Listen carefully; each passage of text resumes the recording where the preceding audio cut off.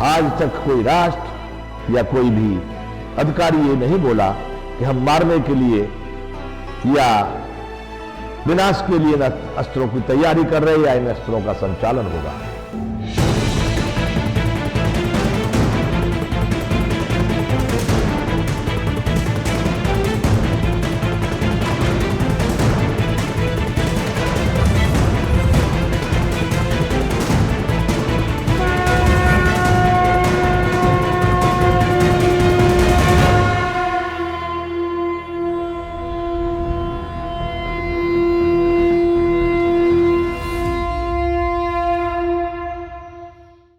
अब बंधुओं, मैं आपसे कह रहा हूं,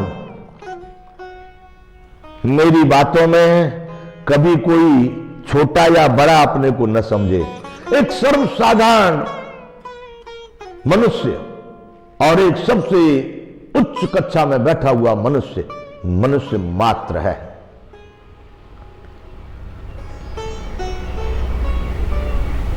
अब मैं एक बात करूं, राष्ट्राध्यक्षों को बात करूं, संचालकों को बात करूं, विद्वान और वैज्ञानिकों को बात करूं। क्या बात करूं? कि इस कार्यक्रम के लिए जो धन लगाया जा रहा है, मैंने सुना है कि कितने देश अपनी क्षमता के अनुसार 10% अपनी कुल आय का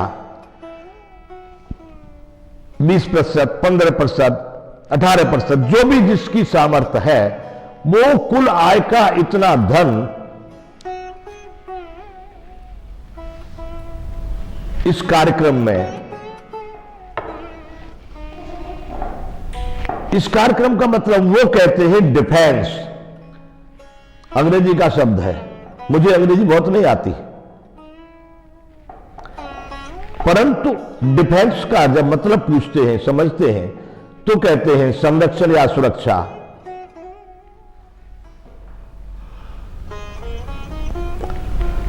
तो अब सुरक्षा के कारणों में जो 20%, 25%, 10% जो लगा रहे हैं, माना कि उसमें सेना के सारे खर्चे भी आते होंगे, उसी में से ये परमाणुओं का भी, परमाणु अस्त्र, जो अस्त्र जनता के धन से तैयार किए जा रहे हैं,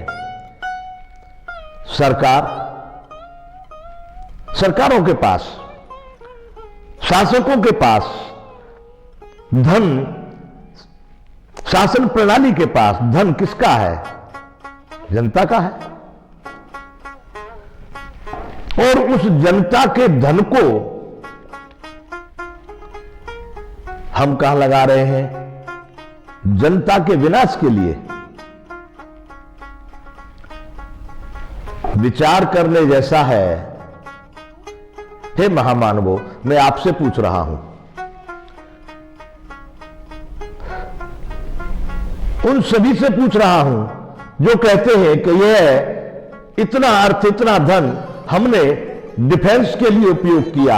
डिफेंस शब्द मैं सुनता हूं, पर मैंने आज तक जितने भी लोग मेरे संपर्क में आए, अब मैं लोगों की गणना करूं कि मिलिट्री वाले आए, कि पुलिस वाले आए, कि आईएएस आए, कि आईपीएस आए, कि गवर्नर आए, कि नेता आए, ये कुछ व्याख्या नहीं है। लेकिन जो भी मेरे संपर्क में लोग आए, मैंने जिनसे पूछा तो सबने एक ही उत्तर दिया, डिफेंस। यदि मैं हिंदी पूछ लेता हूं तो कह देते संरक्षण, सुरक्षा। तो मुझे अभी तक किसी ने यह नहीं कहा कि यह धन विनाश के लिए उपयोग किया जा रहा है, यह धन जनता का सभी नष्ट करने के लिए किया जा रहा है, यह धन मानवों को या प्रकृति प्राणियों को नष्ट करने के लिए किया जा रहा है। कोई भी आज तक यह नहीं बोला कि यह धन मानवता के विरुद्ध खर्च किया जा रहा है, मानवों को मारने के लिए खर्च किया जा रहा है। न तो कोई सरकार ऐसा बोल रही है, न कोई अधिकारी बोल रहे हैं, ना ही कोई पब्लिक बोल रही है, जनता भी ऐसा नहीं बोल रही है। तो अब मैं आपसे पूछता हूं कि क्या इन हथियारों से सुरक्षा होगी? चिंतन करके आप बताएं, या किसी भी हथियार से सुरक्षा होगी? अरे मैं कहता हूं किसी ने एक रिवॉल्वर भी रखा है, क्या उससे सुरक्षा होगी? नहीं। आपने मान रखा कि मेरी सुरक्षा होगी, नहीं।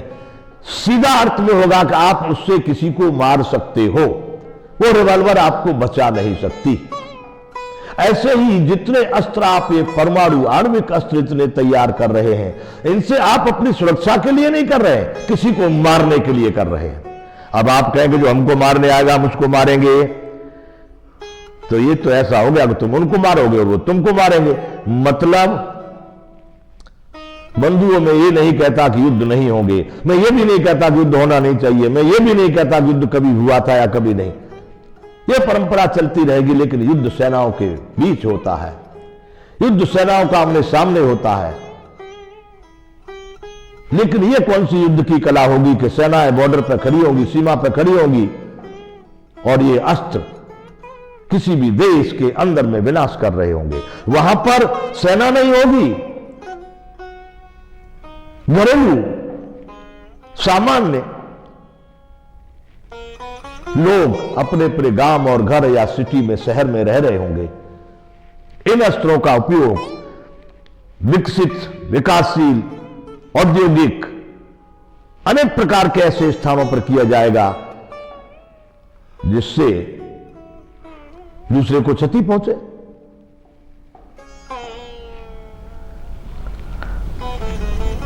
मेरा अभिप्राय यह है कि ये जो आप कह रहे हैं डिफेंस, इससे डिफेंस कहां है?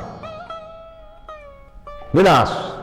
आप कहिए जनता को हम ये अस्त्र विनाश के लिए तैयार कर रहे हैं, आप कहिए हम तुमको मारने के लिए कर रहे हैं।